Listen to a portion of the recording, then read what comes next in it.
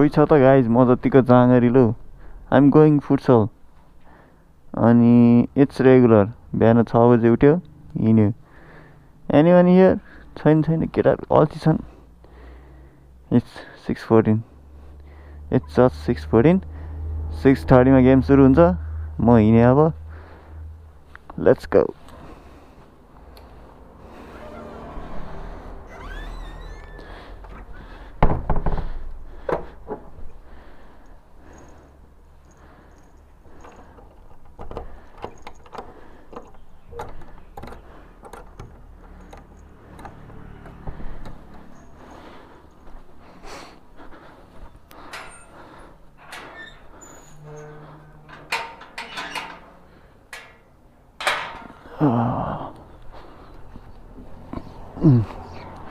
This is my baby.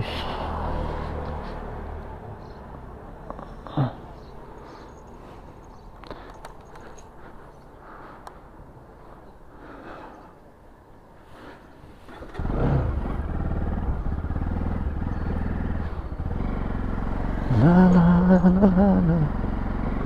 la la la.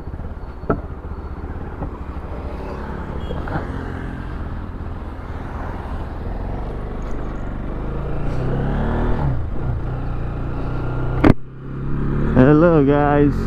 and welcome back to my YouTube channel. मैले आज मात्र गएको भनेर बनाउन लागेको चाहिँ होइन ल ओके गाइज त्यति कुरा चाहिँ किप इन योर माइन्ड म चाहिँ as if in Pokhara I have regular sports day म चाहिँ बिहान सधैँ फुटसल जाने गरेछु हाम्रो चाहिँ खास 6 बजेदेखिको गेम हो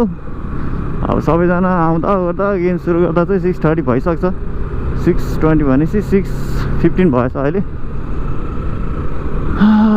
आज चाहिँ फुल गेम खेल्न भ्याइँदैन फर्किहाल्नु पर्ने छ सो 7:20 सम्म चाहिँ सायद ग्राउन्डमै हुन्छ होला लेट्स सी सबैजना म जतिकै जाँगरिलो भइदिनु होला यो चाहिँ हाम्रो रिक्वेस्ट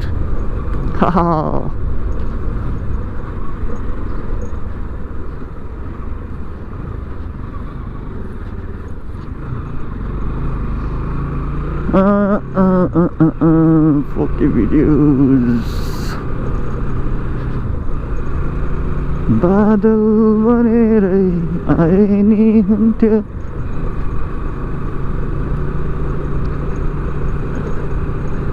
साथीहरू कोही चाहिँ जब होल्डर हुनुहुन्छ होला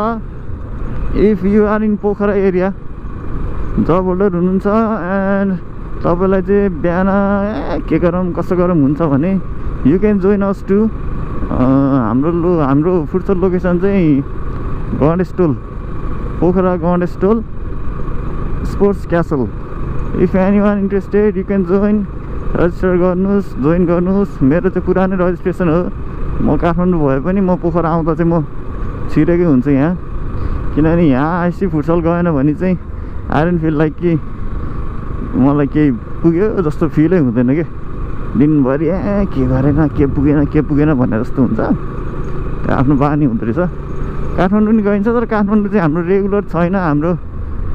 भाइहरूको एउटा ग्रुप छ तिनीहरूले बोलाउँछ गेम भएको दिन ल्याओस् उता गयो भने चाहिँ विकमा 2चोटि 3चोटिसम्म म्याक्सिमम् 4चोटिसम्म हुन्छ उता नत्र फेरि कहिले फेरि एउटा गेम हुँदैन उता नि त्यो पढ्ने केटाहरू छ सधैँ भ्याउँदैन उनीहरूले नि उनीहरू अब कलेज जानेहरू हामी त अब कलेजहरूले सबै सकिसक्यो अब के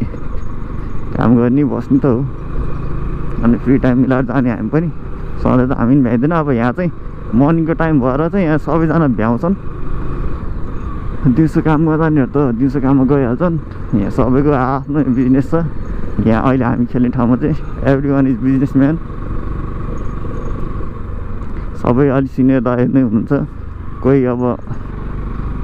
हाम्रो के भन्छ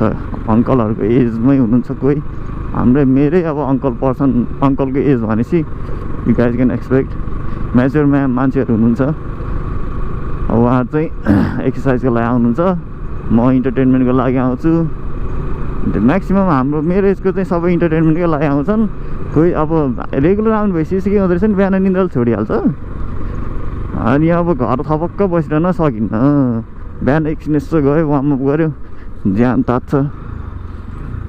आफ्नै बडीलाई स्टामिना बढ्ने हो अरूको लागि गरिदिने होइन कोही उहाँ 80 किलोको दाइहरू आउनुहुन्थ्यो पहिला सुरुमा दाइहरू अहिले घटेर 65 मा पुग्नु भयो बियर लोड खाने दाइहरू सब छोडिदिनु भयो एक्सर्साइज त त्यति कुरो चाहिँ मान्छेको हेबिचुअल फ्याक्टमा चेन्ज गर्छ है गेम चाहिँ अब हाम्रो प्रोफेसनल गेम होइन जस्ट वार्मअप गेम हो कहिले 2 टिम मात्र भइन्छ यत्तिकै हलेर खेलिन्छ कहिले 3 टिम भइन्छ कम्पिटिसन हुन्छ त्यो अब it depends on the situation भने जस्तो सिचुएसन अनुसारको गेम हुन्छ सबैको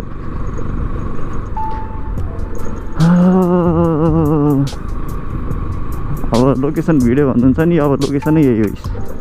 यहाँबाट राइट छिरे सलक्क यहाँ माथिबाट पनि छिने बाटो तलबाट आउँदा चाहिँ यता हो अनि यहाँबाट सलक्क यो सानो गल्ली लेफ्ट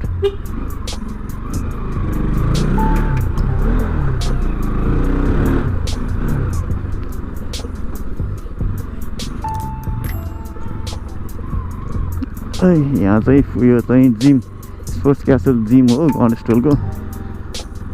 कता हालिदिउँ त भाइ केटाहरू आइसकेछन् वार्मअप गर्दैछन् यहाँनिर हालिदिन्छ